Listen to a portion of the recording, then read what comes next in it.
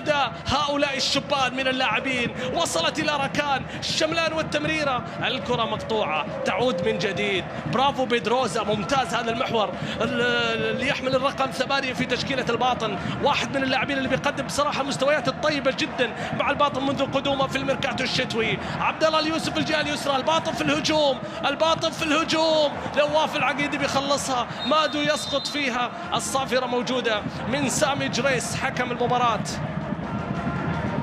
خطأ لمصلحة هذا اللاعب المدافع عبد الله مادو بالقدم اليسرى.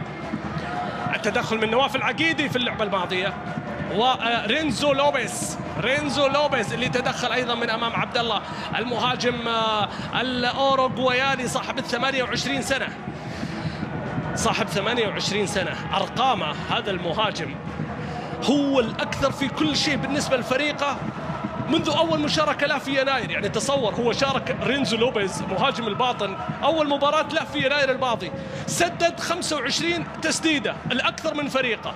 طيب على المرمى كم؟ 8، الأكثر من فريقه. طيب لمس الكرة داخل منطقة جزاء الفريق المنافس كم؟ 29 مرة، الأكثر في فريقه. لكن في المقابل كم سجل هدف؟ هدفين فقط. رينزو يعمل كل شيء في ملعب المباراة، لكن من النادر أن يسجل. يعني تصور يوسف مزريب اللي على الطرف منذ يناير الماضي حتى الآن معدلات الأرقام أقل بكثير من رينزو، لكن معدل التسجيل أفضل، سجل 3 وصنع 1. أرقامه أفضل من رينزو لوبيز على مستوى التسجيل، لكن بالتأكيد مهاجم مقلق كثير لخطوط الدفاع. يعمل ايضا مهم جدا في موضوع الضغط العالي بالنسبه لادوار يزدرافكو، لكن اليوم لا، الباطن يتراجع، وهذا امر طبيعي جدا لانك تقابل اقوى خط هجوم في مباراه اليوم. يحيى القرني، برافو على الدوران، يحيى والتمرير، لكن عدت بوكيا هذا الكونغولي صانع هدف في المباراه السابقه ايضا من امام الاتفاق، وهو هدف الفوز اللي اتى من امام الاتفاق.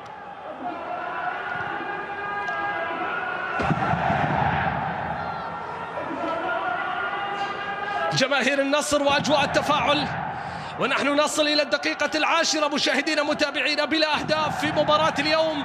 الكرة وصلت الى كريستيانو رونالدو خارج منطقة الجزاء، رونالدو يبحث عن غريب، الكرة بتتمرر، سامي تصطد في حكم المباراة، واكيد على طول التعديل الجديد، اعادة الكرة باسقاط، راح ترجع لكونان وعبد الله الخيبري ورفقاء رونالدو. الكرة بتعود من جديد باتجاه عبد الله، وصلت إلى مادو،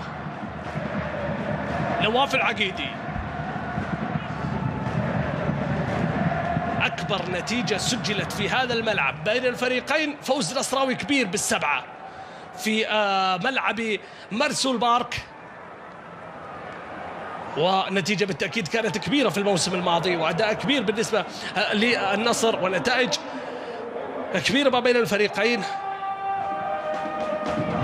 عودة إلى علي لجامي، التمريرة باتجاه سلطان الغنام، سلطان يبحث عن ماشا ريبوف، ماشا تقدم، ماشا مررها باتجاه سامي، استلم وشاها لرونالدو، البحث عن المرور الأول ناجح، الثاني ناجح، التدخل، المطالبة بخطأ، سامي يقول لا العب، وصلت إلى ماشا ريبوف، ماشا في الجهة اليمنى، ماشا والتمرير، لويس كوستافو والاستلام تحت الضغط، شوف الضغط على طول من يحيى لتعود إلى ماشا ريبوف، ما في مساحات معطينا للنصر، ماشا يبحث عن المساحة، غريب يبحث عن نهاية، الكنترول يفرق في اللقطة الماضية يا غريب، الكرة عدت من عبد الرحمن وراحت إلى ركلة مرمى، كرة عبد الرحمن غريب صاحب المساهمات الستة هذا الموسم في 15 مباراة، تكلم عن 3 أهداف سجلها وعن 3 أهداف صنعها، تمريرات حاسمة لعبد الرحمن غريب، أرقام طيبة بيقدمها، أداء طيب بيقدمها في الفترة الأخيرة، تناغم كبير ما بينه وما بين كريستيانو رونالدو حتى في